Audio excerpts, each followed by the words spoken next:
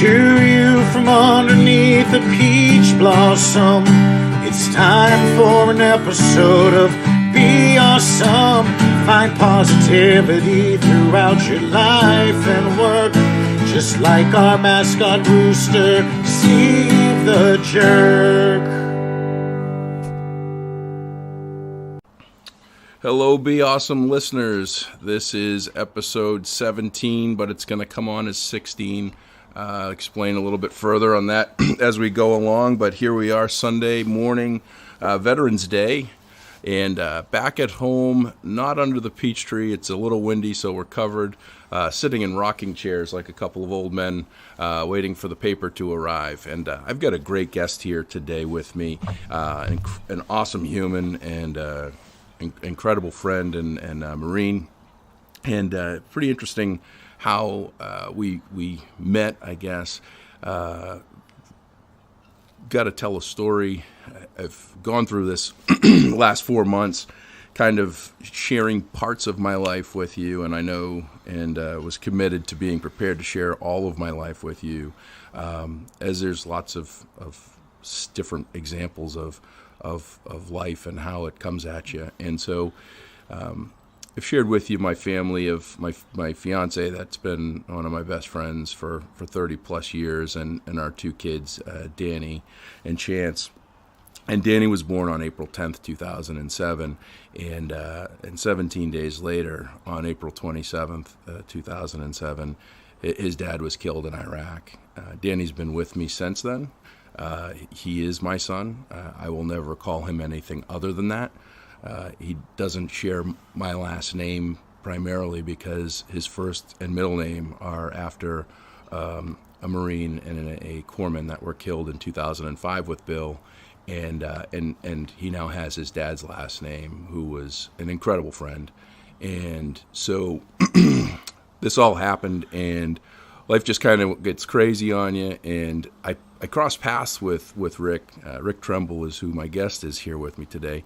We crossed paths because he was in the technology business, and I'm in the technology business, and never aligned through that common bond of Bill. Bill loved Rick, and they served together and just were reminiscing, and they actually did a tour out in Okinawa together we'll get into.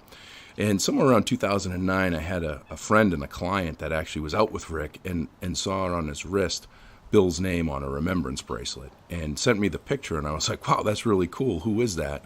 And told me it was Rick. And so I said, let him know who I am and that Danny's, living with me and here. And since then, we've kept in contact. We've stayed in touch. He's been a great supporter. He was one of the first Be Awesome shirt wearers, and the first picture I got of somebody that had it. But he's just an incredible person. And I think we're going to talk about a whole bunch of stuff here today on Veterans Day, and thought it would be fitting to do. With that said, the original podcast 16, which you're going to hear later this week, is with a gentleman by the name of Paul Tim. I recorded it in Wisconsin last Monday, and Paul Tim's a safety and security expert, and we touched on some things, including active shooter, and sadly, what happened in California Thursday really wasn't a time for me to put out that podcast. So I talked to Rick on Friday, and I'm like, hey, man, I know we're delayed. I want to do a podcast with you, but, I'm not really sure where to go with it, and we got Veterans Day coming up, and I don't want to have it be a Veterans Day fanfare thing. I want it kind of something different. And he threw out some ideas with me, and we're gonna freestyle here for the next 20 to 30 minutes and talk shop, tell stories, and share things. But I hope you guys get some stuff out of it, maybe get some awareness, and maybe if somebody's out there struggling, no matter who you are, you work to get some help on it. And we're in a decline of veterans today.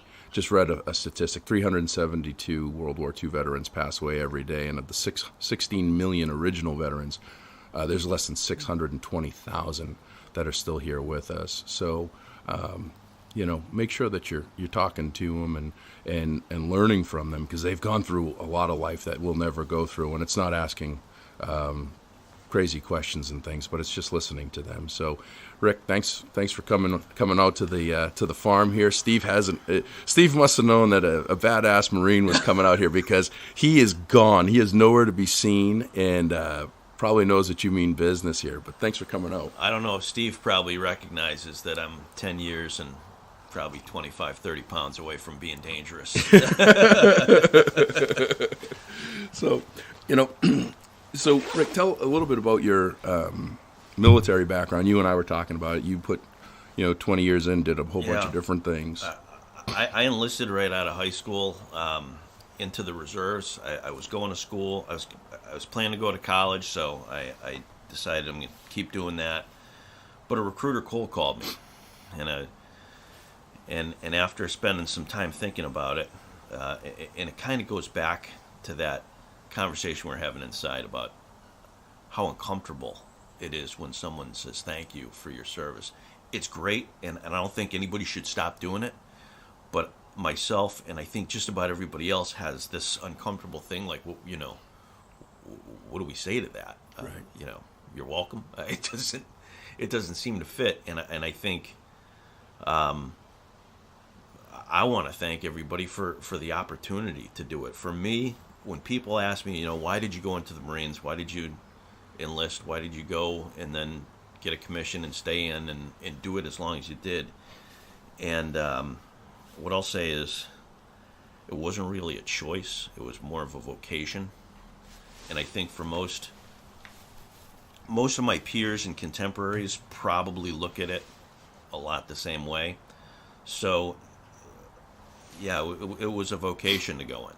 And after my enlistment, I got commissioned out of college, and I had gone to officer candidate school, and then I did a couple tours as a young company grade officer, and then I got out on September 1st, 2001, and then 11 days later, I said, well, time to get right back in.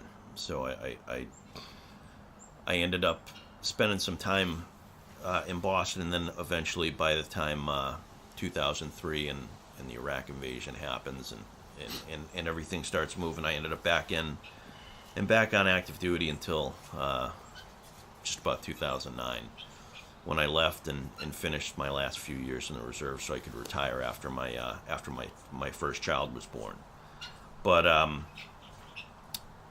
that time in between was great. A lot of great days and a few bad ones. Yeah.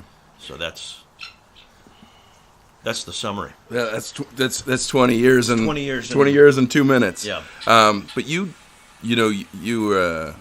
did multiple deployments, and your Iraq deployment gave you an incredible 2-week time off between the two deployments. Well, which was miserable. Yeah. But I mean, you literally went out. You were there for 6 months. And recommitted, took 2 weeks, and then you were back for another 6 months. So yeah, and it wasn't exactly broken up straight in between the 6 months. I think I did 7 and a half, 8, and then came back, and then went back and finished up. But that nearly a year over there was very formative in who I am today. In some good ways and in some bad ways. And I think I could spend a lot of time talking about experiences while I was there. But I think, especially in light of Veterans Day and in light of what happened last Thursday in Southern California, I think I want to talk about the fight when we get home. Yeah. And it's funny, there were a number of different things that had happened to me when I went from, combat deployment back within 18 to 20 hours into walking around in polite society again. And I remember feeling so uncomfortable walking around not having a gun. I was so unused to doing that. It was so foreign. And being in traffic, toll booths used to get me really bad, and this always perplexed my wife. We were dating not long after I got back, and we were married about a year and a half after my last deployment, and we'd pull up to a deployment. She'd be like, "Why you get so upset when someone's asking for directions?" And I didn't even understand it at the time, but really what it was that idea of being closed in the car. So you pull up to a toll booth, and then somebody's behind you, someone's in front of you, someone's on your right, someone's on your left. And for a year, that was something you could never let happen, because it was a guaranteed bad day. And physically, I would sweat, my heart rate would go up, I would be hyper-focused, and literally couldn't even talk to me pulling up to a toll booth. Easy Pass is probably the best thing that ever happened to me. Because it alleviated a lot of that, and I was so excited when Easy Pass came out. But that, and then a couple other little incidents that happened in traffic, and, here and there where I'd scratch my head and say, boy, that probably wasn't the most appropriate response. That's probably not right. So, well, better ignore it and get back to life and do something else. And I did that over and over again until about 2011. And I'd left the Marines at that point, and I was working in the tech sector. And I was on a phone call, and the kids were screaming, and my wife was trying to get them out the door. I was working from home, and I lost it, And I lost my temper, and it was never anything violent, but I was just really lost it and was yelling at my wife. And my son was about a year old. My middle son was about a year old, and he's a tough one from day one. So I remember we got a sitter, and it was the first time we got a sitter in as long as I could remember. We went out to dinner, and we're sitting at dinner in Needham, and I was so excited to have a date night. And this blow up from a few weeks earlier had kind of left my thought process. And my wife just burst into tears, and she said, if this doesn't stop, you're going to lose me and you're going to lose your kids. This is not normal. I've made excuses for you for too long, and you got to go talk to somebody. And it became crystal clear that I wasn't sure she was right, but I was sure that no matter what, I had to go do something. So I went into the VA not long after that, and I remember the counselor I sat with was young. I was this 40-something-year-old retired major, and this guy sits across from me, and he's right out of school in his 20s, and I'm like, oh, I got Doogie Howser here. But he was fantastic, because he started out with, I don't know anything about combat, and I've never been where you've been, and I've never done what you've done, but I really know about how your brain works, and I know about how your brain tricks you, and I'm here to teach you how to stop believing your own BS and start dealing with some of the things that are impacting your life. And it was fantastic. I mean, at this point, now I became completely immersed in learning how my brain works. I have this reptilian brain, down at the bottom, down at the base, and I have this kind of mammal brain that's responsible for my emotions. And then I have a neocortex, which all humans have, which is responsible for my reason. But some of these things in combat that were triggering me back to that amygdala hijack, going back to that reptilian survival brain, that fight or flight brain, some of those stressors that are affecting me in polite society require a very different reaction than aggressiveness and superior physical force, which was which was a survival mechanism, which was a skill set. And I think the best thing a doctor ever explained to me was a lot of the symptoms of PTSD, the hypervigilance, the way your heart rate picks up, the way you react to stressors around you before they're even really completely apparent. those are skill sets in combat. And without a doubt, very real liabilities back in polite society. So you're going from this really insane, crazy place, and then in some cases 18 to 20 hours later, you're just walking down the street in Baltimore or Boston or Boise, Idaho, you know, and it's tough to adjust. And I think as the services and as a country, we've adapted really well, and leadership has been great about making sure services are great. The VA, the providers, the caregivers are exceptional. And through 2011, 2012, which was the bulk of when I was in treatment and trying to figure this out and learning about my brain, it was fantastic. I was super grateful that I did it. And I'm super grateful to my wife that she didn't just pack up and leave me. Right. She let me know, you know, here's your shot. Mm-hmm. So you got to take it. And sometimes I got to remind myself I got to take it every day. I got to take that shot all over again. Mm-hmm. I got to wake up and think about, you know, how I react to stress, whether it's work stress or family stress. Stress doesn't change, but the way you react to it, you can control. You can guide. So I've had a lot of friends who have talked to me about this.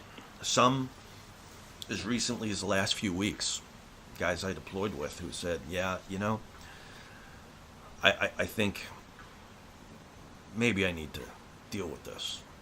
And it's one of those things where you feel weak. Mm-hmm. But then once you start learning about it, you feel so much stronger because you realize this is something that I can get ahead of. And last Thursday when we talked over the weekend, you said, you know, there's a few things we want to talk about, Veterans Day, and I said, you know, I think just making people aware that, you know, PTSD happens and you deal with it. And when you deal with it, it's not so scary and it's not so bad. And I don't know that you ever put it entirely behind you.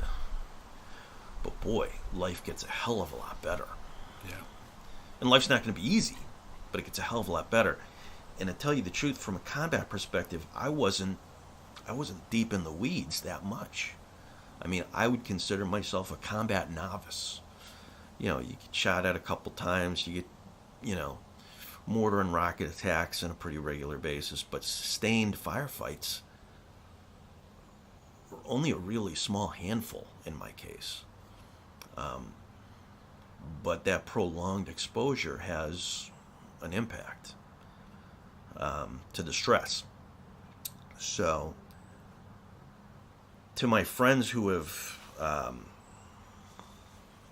sought out treatment, overwhelmingly, and I've talked to a lot of them. I talked to a lot of them recently because it's around Veterans Day, and we keep in touch. Their lives are infinitely better. And to those friends and those strangers out there who may listen to it or hear about it from somebody else, you know, take a deep breath, go back into the VA. What a lot of us have experienced is, although there's sometimes that wall of bureaucracy in between the veteran and the care provider, it's worthwhile getting to the care provider. And that's kind of my thoughts in a nutshell, Josh. What do you think? I think that's an incredible message.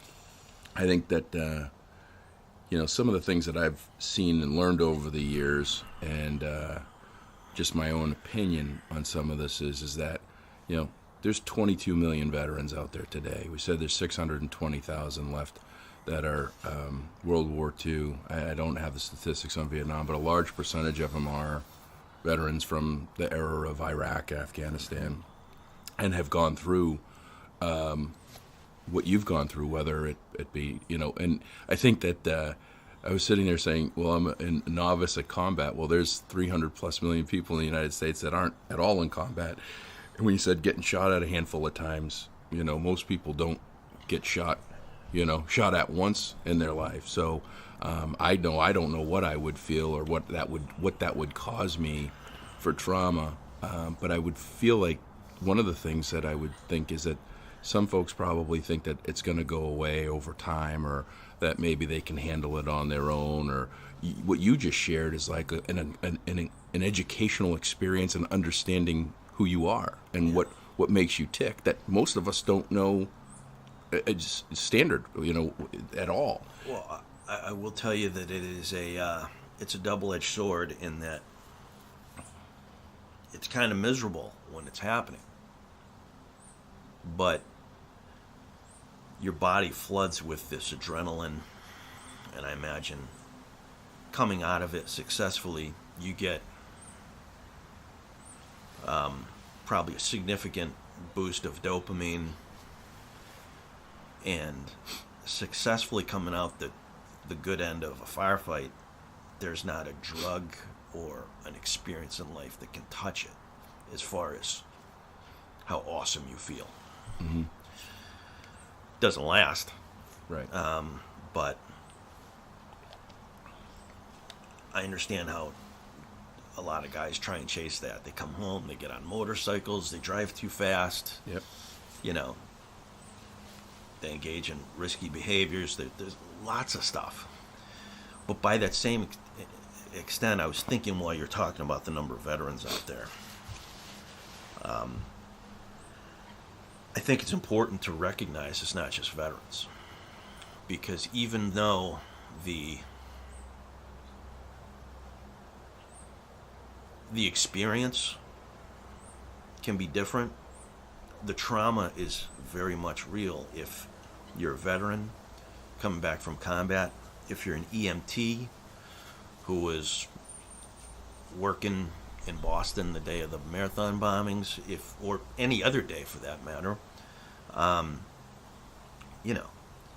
if you're somebody who gets mugged coming out of a bar at 2 a.m, the trauma is real, and figuring out how it's impacting your life and figuring out how to deal with it is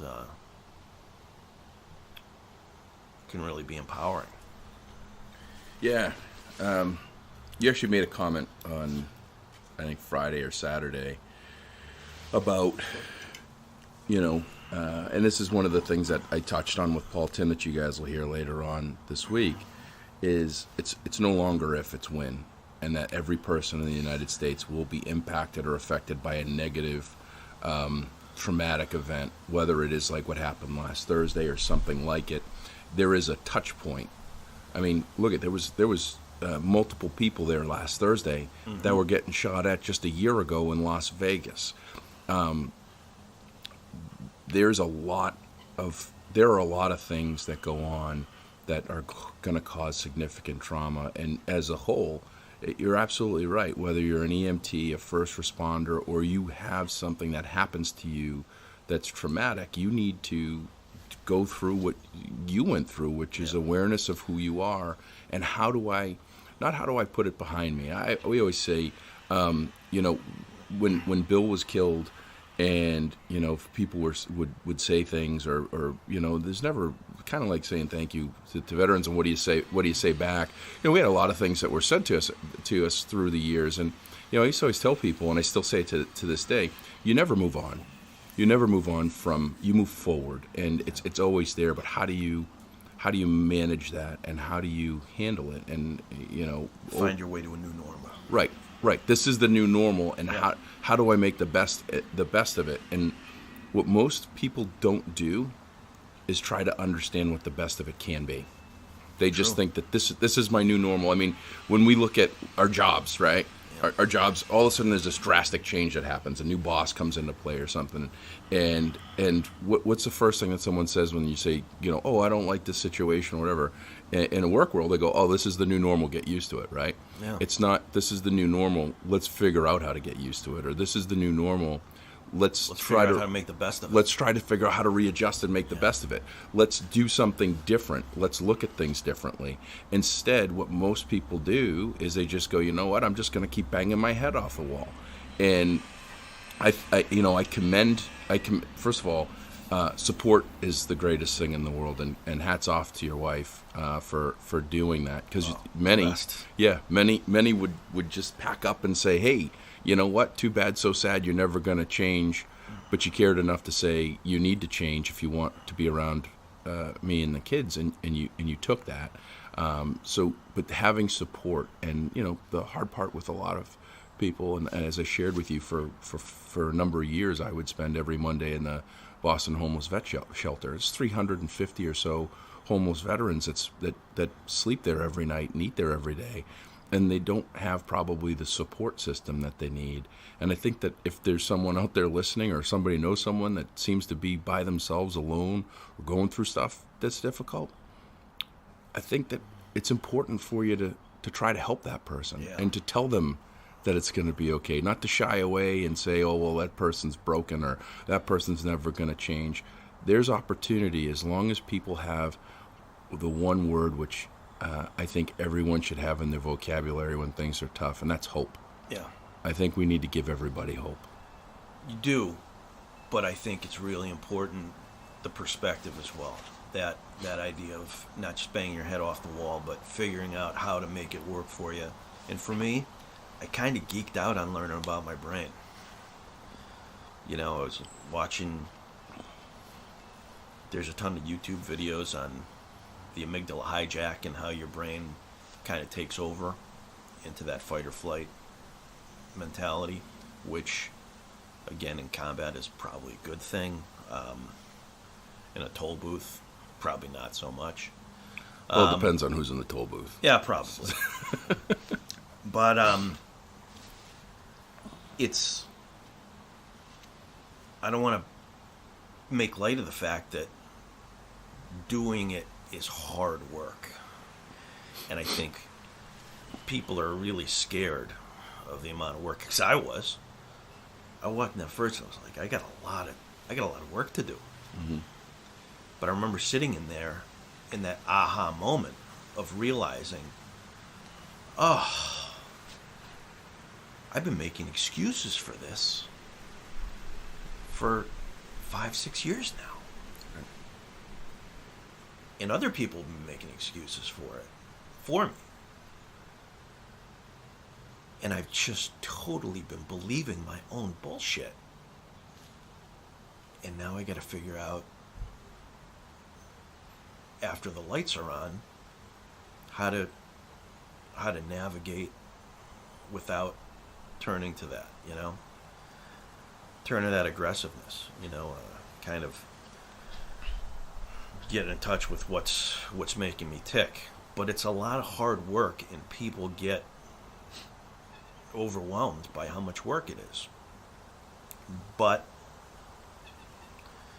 to a person, I don't know anybody who's come out the other side and said it wasn't worth it. Right. It's worth every minute. Yeah.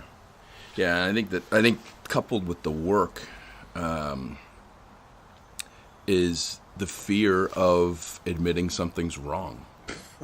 Right? Think? Yeah. I mean, and it's, I'm, as I go down and navigate through this Be Awesome journey, things weren't always awesome for me, and I had to wake up myself, and I'm not ashamed to say that I go to a therapist. I have a therapist. I've had one for a very long time, and it makes a difference. But I can tell you that it took pretty significant action for me to actually say, I need some help with some things, and I need to build trust with someone that, thankfully a therapist signs that they'll never, that they keep things to themselves in that little box that you go sit on the couch in. But to actually be open-minded enough to go, there's some things that I need to fix, and I'm going to go find some help and actually talk about it.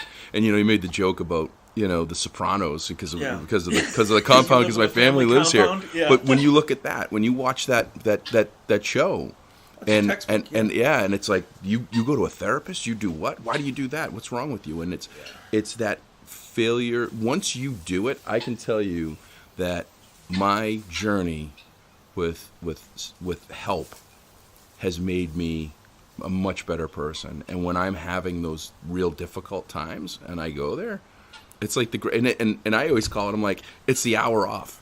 Like, at least I have an hour off that I know that I'm going to be in there. I'm not going to be disturbed. I'm not going to do anything. And I'm going to learn a little bit more about me and some things that I could do a little bit differently or should have done differently and come out a better person. And that's something that a lot of people don't believe when they're going through difficult times, that they don't think it's going to get better.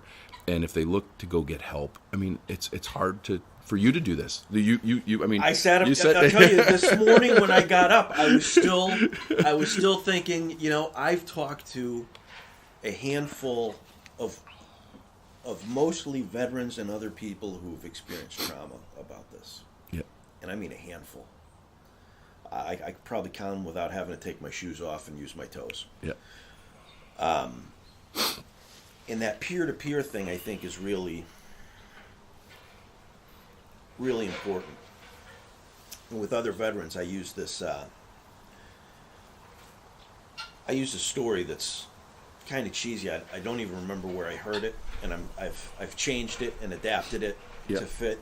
But it's a guy walking down the street and he falls in a hole,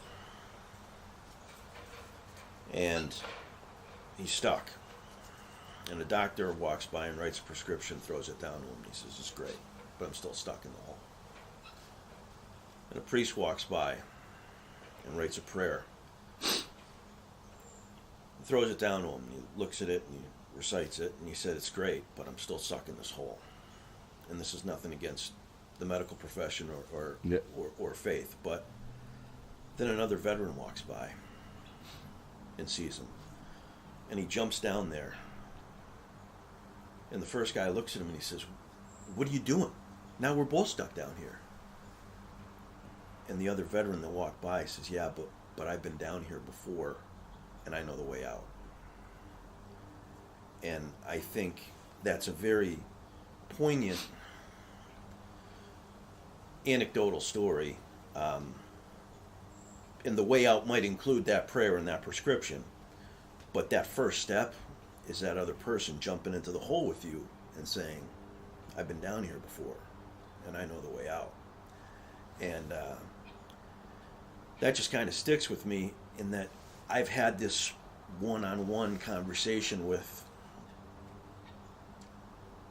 8 to 10 people, maybe.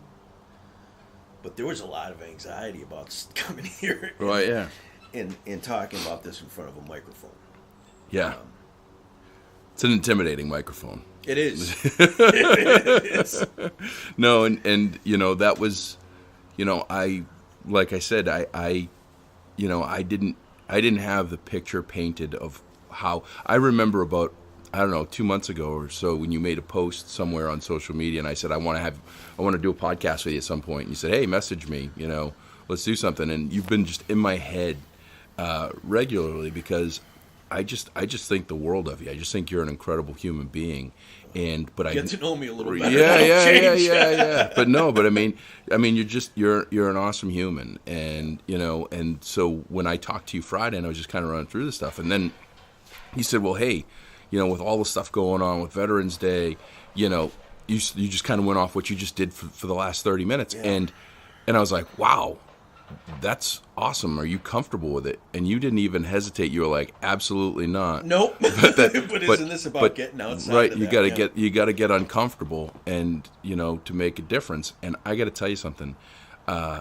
You made a hell of a difference, and you make a hell of a difference. And if one person, and that's Steve. So he's out. Yeah, he's out. He must have caught wind that we're having some light moments here. But I always say with this is that if one person is impacted positively, then you made a difference. And you've had 8 to 10 individual people that you've talked to, you're just casting a wider net with this story. And if one person gets something else, and it could be anybody, having a challenge, but if you just get one person that just goes, well, shit, if Rick can do it, I can do it, and I should do it, and there's a light, and that's a great story about being there, and that's I think that's important for people to realize, people that have been there, to go to them to look for help. And hey, you seem to be a knowledgeable person in this.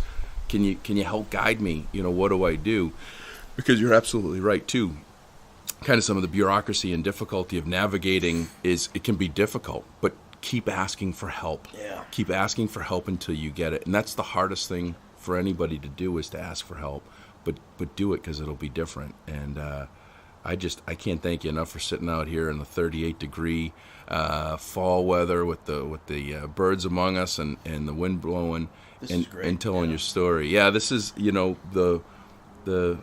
this was one of the most uncomfortable efforts of something for me to do when this whole thing was started, and it was suggested, hey, you got to do a podcast for branding and to let people know, who you are and what's going on and how does it relay with what I'm doing.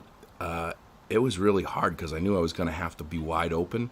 In my public speaking, I have a group of people in a room, and I know that they're not going to probably remember a lot of what I say. And now people have playback and can do whatever they want. Yeah. And so I had to do something while getting uncomfortable to be comfortable. And this is the most comfortable place in the world for me.